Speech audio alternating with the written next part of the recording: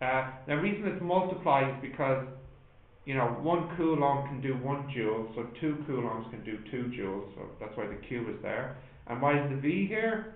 Well, remember 1 volt means that 1 coulomb can do 1 joule, so if you have 2 volts, it means your coulomb can do 2 joules of work. So obviously the only possibility here is that it's Q times V. You can also see this by the units. Volt, remember, is joules per coulomb. Okay, so if this is joules per coulomb times coulomb, it's joules. So obviously this is the formula for work, QV. Now you can rewrite that a little bit. So let me show you what's happening here. Work equals QV, but you might remember that Q equals IT. So you can sub in for the Q, IT. So that's why I have IVT here. Now, what you can do next is divide by T. So work over T equals IV. But what's work over T? What's work over time? Power. So you get power equals IV. So from this formula, you can get this formula. Power equals IV. So that's like, I suppose you could say that's formula 1. That's formula 2. And then by using our triangle, our VIR triangle, we can write this in different forms. So for example, what did I do first? Yeah, say you don't know what the V is. You don't know what the V is. What could you replace V by using the triangle? IR. So you can change this into P equals I squared R. That's what I did there. Say you don't know what the I is. If you don't know what the I is, what could you replace I with? So you get V squared over R. You see? So I know it looks like there's a lot of formulas here, but there's really only 2. The first one, work equals QV, and the second one, P equals IV. They're like the 2 main formulas. But I would like you to write all this box down, please. And it's important, these formulas are only for resistors. So what I mean by that is little resistors, lamps, heaters, the usual stuff. Is actually a different picture with capacitors, because capacitors are a bit strange because they reduce in their ability to do work. Okay, do you all have these formulas? Ante, do you need a minute? You got them? Yeah. You sure? Okay. Right. What about capacitors? There's a different story for capacitors. So when a current is running through a resistor, initially there has been no charge passed through it until at some point there is a charge. All the time the voltage stays constant. So let me draw this for you of voltage against charge. So we'll try and explain this here. Here's a resistor. Here's a current. We'll put a voltmeter here. So what graph do I want? I want voltage against charge. So here is the voltage, and here is the charge. And that's going to be in volts, and that's going to be in coulombs. Right, so what happens? Well, let's say that this here is, we'll make it easy, we'll say it's 1 volt, okay?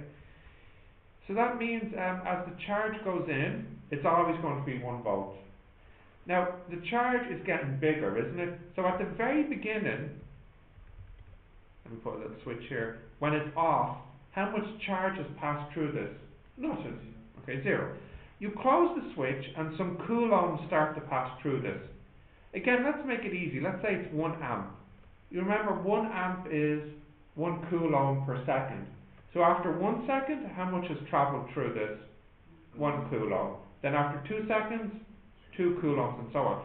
So as the coulombs increase, the voltage stays constant.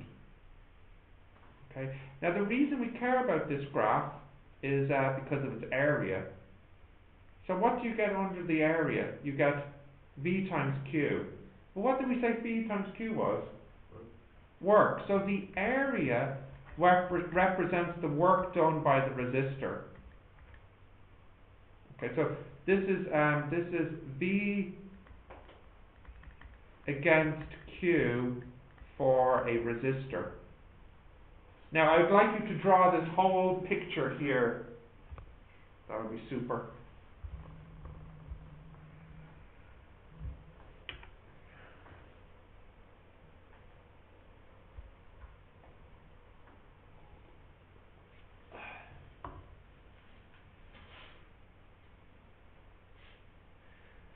I was telling you about my synchronization problem, remember, with the graphics card, the video, the sounds weren't synced.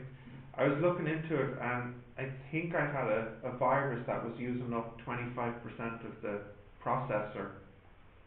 I might have been using a questionable version of Office 2016, which I downloaded from a questionable website. So I uninstalled it, and that seemed to make that problem go away.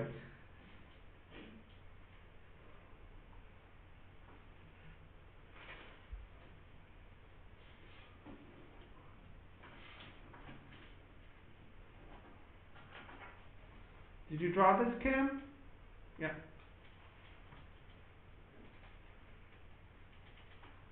Does everybody have this? No, not everybody.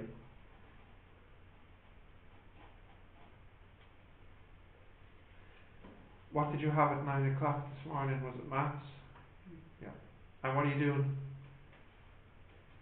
Are you on to probability? No. Tomorrow. You're finishing up integration. Do you have math reviews in semesters? Who knows? No idea.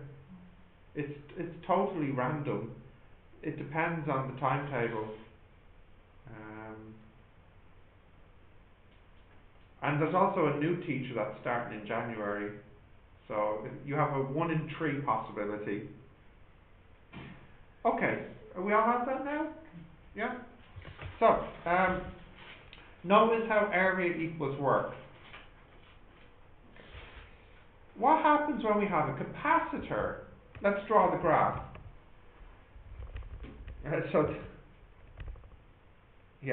Remember for a capacitor that the charge exponentially decreases and the voltage exponentially decreases. So here's our picture. There's our capacitor, and we stick our voltmeter around it. And well, let's also measure the current. So we'll stick in an ammeter. Okay, and we have our graph, and there's Q measured in, there's voltage measured in volts, and there's Q measured in coulombs. And we have our current that's coming out of our capacitor. Oh, what's happening to this current? If you were to look at this ammeter, what's happening? It's decreasing, isn't it? Decreasing exponentially. So if I was to put a little graph here for current, it's going like this. And what's happening to our voltage?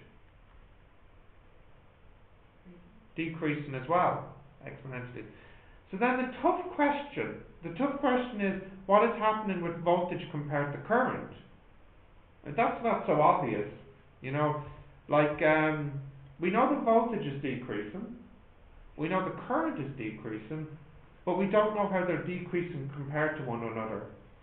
So we'll have to look at some formulas.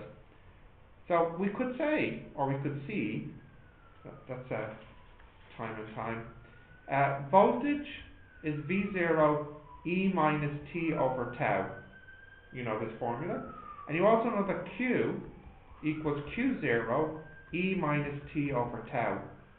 Now something interesting happens here if I divide. So V over Q equals V0 over Q0.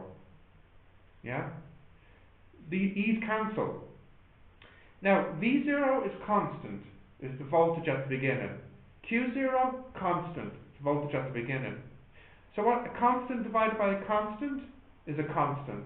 I'll just call that constant m. So I have v over q equals m. Or I can rewrite it as v equals mq. Now what type of graph is that? V equals mq. What type of graph is that?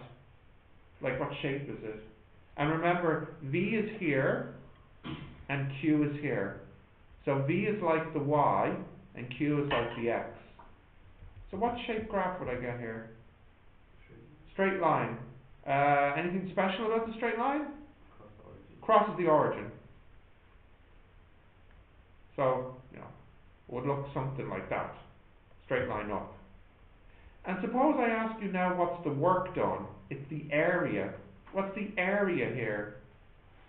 The work is a half the base.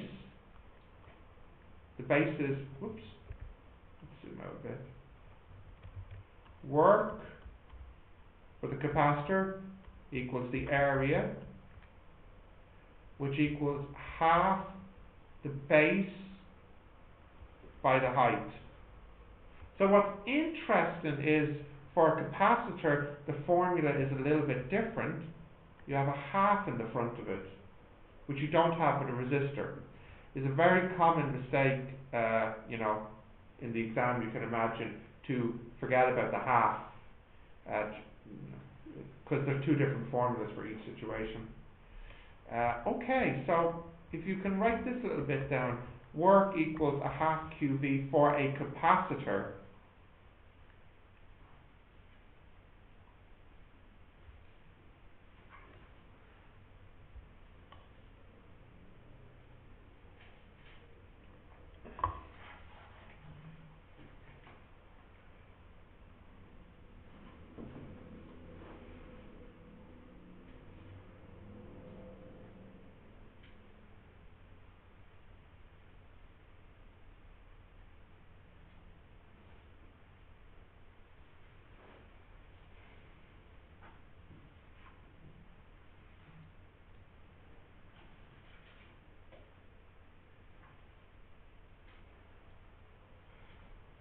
Is that proof okay? It's not a proof on the exam, but the formula you need to know for sure.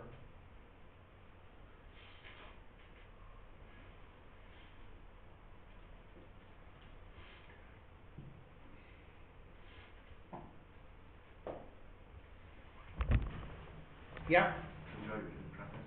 Yeah, I think you would need the graph too.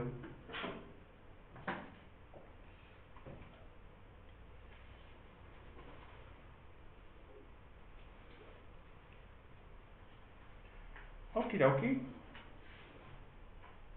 Do you need a minute on that? Yes. Yeah. Is that a new flask? I don't think I've seen you with it before. Is it new or old? It's new. It's nice.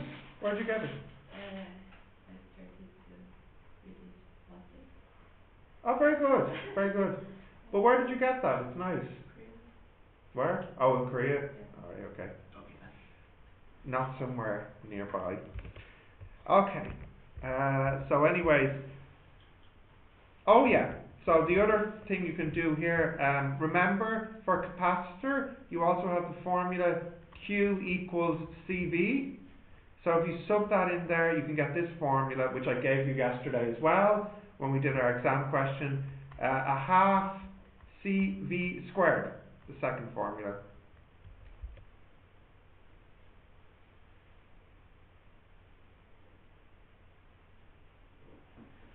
Yeah. Continue. Anda? Yeah. Siba? Yeah. Yeah. Okay. Right. So let's have a look at the question. Let me get up the calculator here.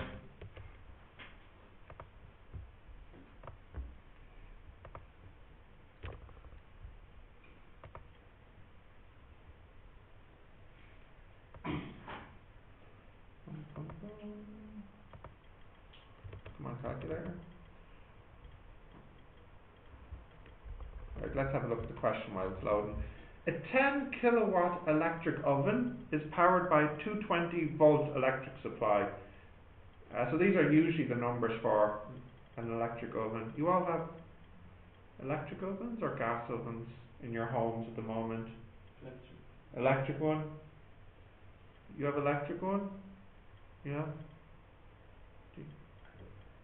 I'll tell you how you know. On the top, when you heat, like on the pot, do you have a ring that turns red or do you have flames? Oh, Turn red, so you have an electric one then? Yeah. The gas ovens, you have like a little ring of flames. The electric ones are just the red circle. Yeah. It's very common in Ireland, the electric ovens. I don't know, what's it like back home? Electric or gas? Electric as well in Korea? Gas back home? Electric, but there are flames. Like that's That what they doesn't are make very- sense. Yeah, but that's how it is. How could it be electric but make flames? No, like there are flames, like but it's still electric. But how? I don't know. Are you sure it's electric? But it makes an actual flame. Yeah. So what's it burning? Do you know what I mean? That's how I know. Like my father told me so. I'd check that source. Okay, so let's have a look at this one. What is the current in the power supply? So how can we get the current here? We use the VI-R triangle. So I is V over R. So V is 10,000 over R, which is 220. So the current in the electric oven is that. So if you can write that down as the answer for the first part here, 45.45 amps. These are big numbers. Mhm. Yeah. No, go on. Isn't it 10k watt? Kilowatts. Is Oh, I'm sorry. Thank you. I screwed that up. Apologies. Delete. Let me. See, the problem is I try to do things in my head. 10,000 watts, and the voltage is 220 volts. Alright, you guys tell me, which formula do I need here to get the I? It's the same answer by accident though. I can equal. Yeah, P equals IV, so the I is P over V, which is 10,000 over 220, which is 45.45 amps. Okay. Right, that's part one. Part two. What is the resistor? Okay, so what formula can give me R? Yeah, you could go with P equals I squared R. So R equals P over I squared. You actually have many formulas you can use.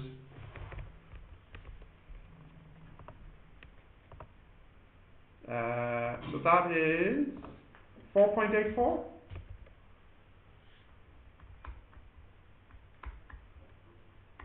Not amps, sorry. Ohms. But there's so many formulas you could have used. Like, what's another formula you could have used? Yeah? If you think about your triangle, what could you have said? R equals P over I. Yeah, which would have been 10,000 over 45.45. Let's see if we get the same answer.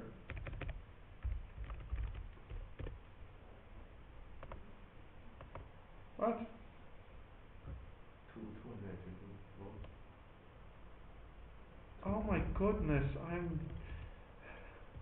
thank you, Matt. Same answer, yes. Okay. 3. How much charge has passed through the oven over 1 hour? So you have your formula Q equals IT. We know the I, and the time for 1 hour is 3600. So let's calculate that.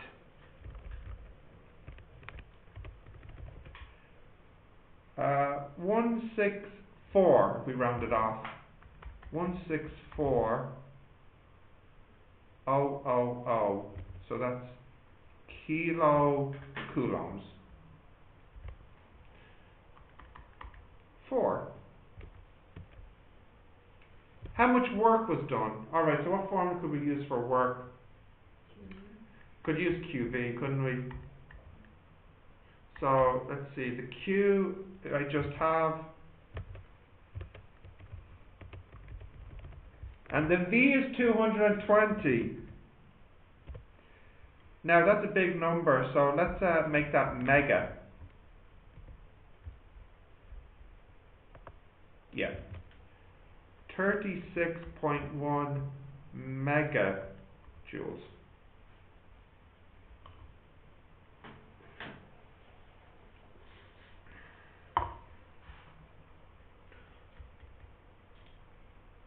Got that, folks? Yeah.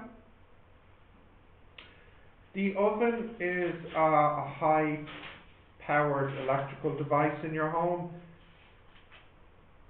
You may not know this, but it's you know, when you come into your house, you have the fuse box where the power comes into the house. Do you know the fuse box?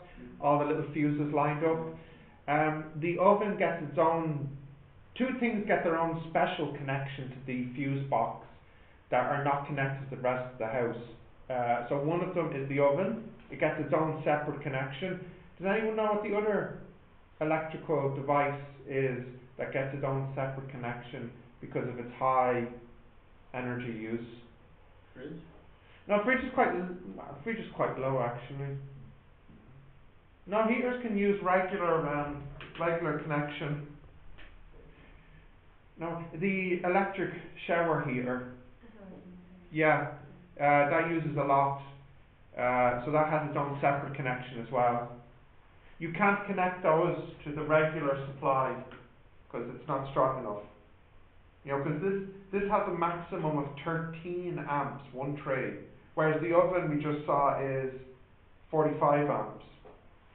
I think the electric water heater would be about the same, maybe about 40 amps. Certainly more than 20 amps, anyways. Okay, continue. Yeah. Let's see. A 120 volt electrical supply charges up a 100 millifarad capacitor. Let's do this one together. So how can I work out how much charge is stored in the capacitor? What formula do I use here? Yeah, have a look and tell me. I want the Q for the capacitor.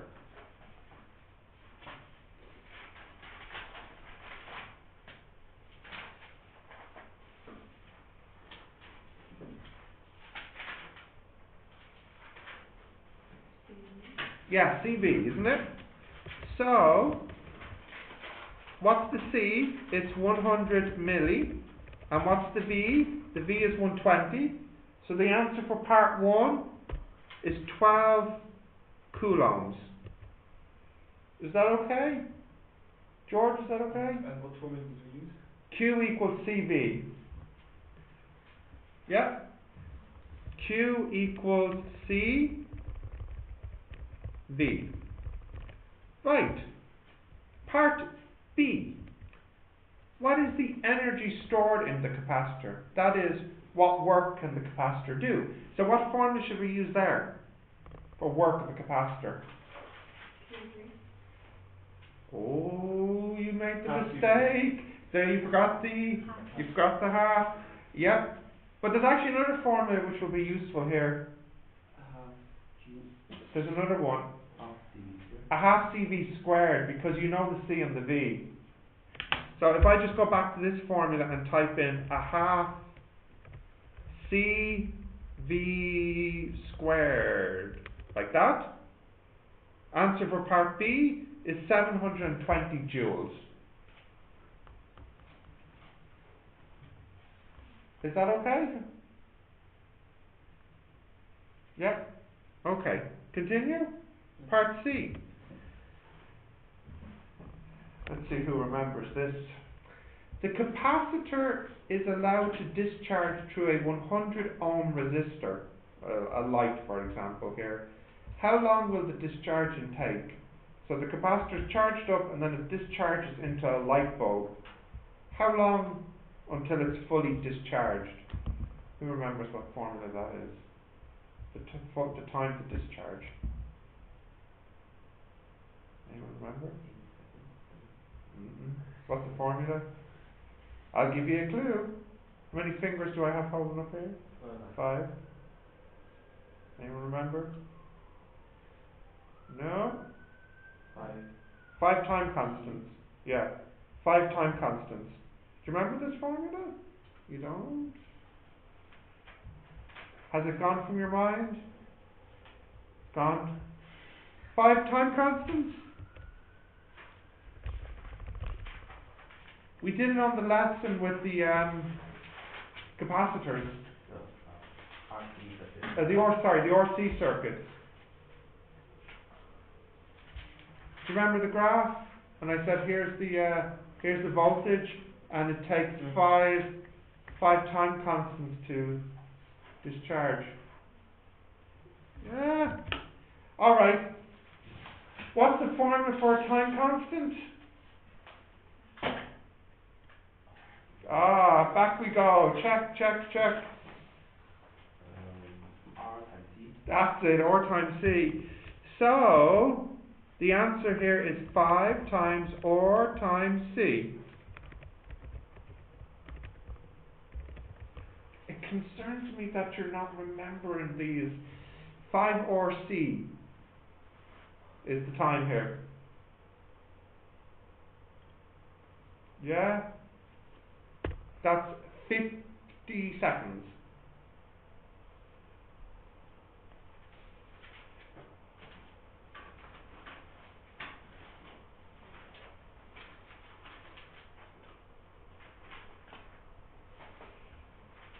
Okie dokie. Continue, last part. While the capacitor is discharging, it's doing some work. Approximately what's the power? Now the problem here, the reason I say approximately is because the current and the voltage is decreasing. So the light, it gets dimmer and dimmer and dimmer. So I'm saying roughly what's the power if you imagine it as constant. Now it's not constant, it'll be bright at the start and dim at the end. So what's the formula for power? It's work over time. And what's the work here? We worked it out earlier, didn't we? 720. And the time? 50. So it's 720 over 50. So the power is 14.4 watts. Now that's only an average power. So at the beginning, the light bulb is brighter than 14 watts. And at the end, it's dimmer than 14 watts. It's roughly an average is 14 watts. Okay, continue. Yeah. Let's see, maybe that's the last example. Yeah, it is. Okay, so how are we doing? Yeah, wonderful. And then I think our next lesson, let's see, 11 is back to Kirchhoff. Kirchhoff returns. So you'll enjoy that. We'll just practice these for a few minutes. So we'll say until 10 to. Yeah, for 10 minutes, until 10 to 1. Then we'll go back to your friend Kirchhoff. Yeah, learn to love him, please.